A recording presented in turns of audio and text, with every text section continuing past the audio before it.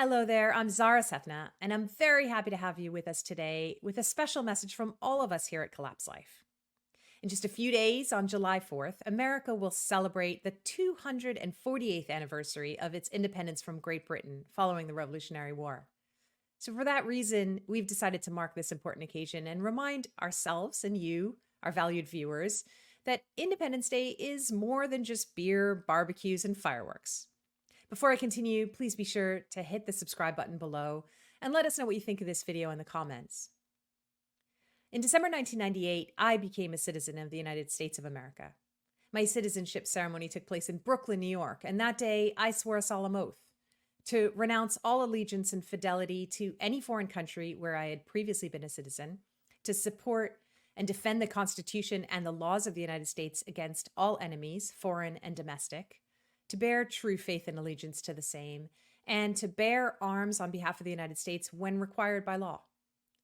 Some of the people standing near me as we all swore that oath together dropped to their knees and kissed the ground the moment we were all pronounced U.S. citizens. They had fought long and hard and been through so much just to get to that day. Becoming a citizen was the proudest moment in their lives. Watching that show of gratitude and seeing what citizenship meant to them was incredibly humbling.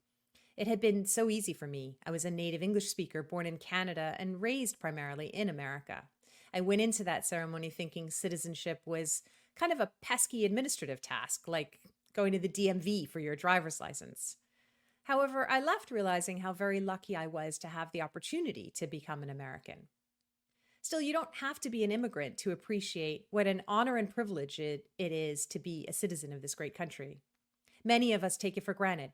We forget how fortunate we are that by a random act of God, we were born here and granted all the rights and privileges without having to pledge an oath or study for a citizenship test.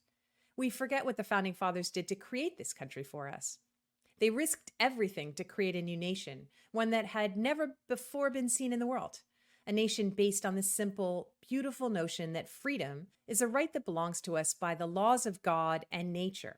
It's not something bestowed on us by other people.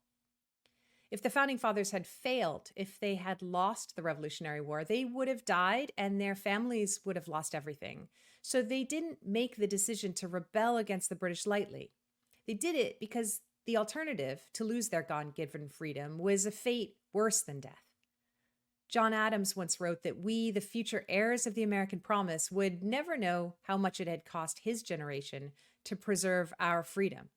He said he hoped we would make good use of it.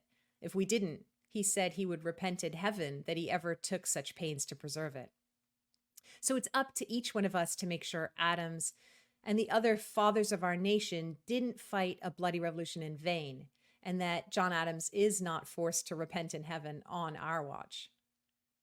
As we mark the 248th birthday of this great country, I hope you'll take a moment to reflect on everything that had to take place in order for us to live the lives we lead today, with abundance and prosperity and providence. Yes, there are challenges we need to face and problems that must be fixed, but all hope is not lost. We still have many reasons to be proud and to fight for the freedoms that are our right given to us by God and enshrined in the letters, documents, and legislation left to us to uphold and defend by the founding fathers. From all of us here at Collapse Life, we wish you a very happy Independence Day, and we thank you for being on this journey with us. This is our first Independence Day here at Collapse Life, and with your help, it won't be our last. We look forward to returning next week with a great guest. So until then, keep your chin up. It's only Collapse. See you soon.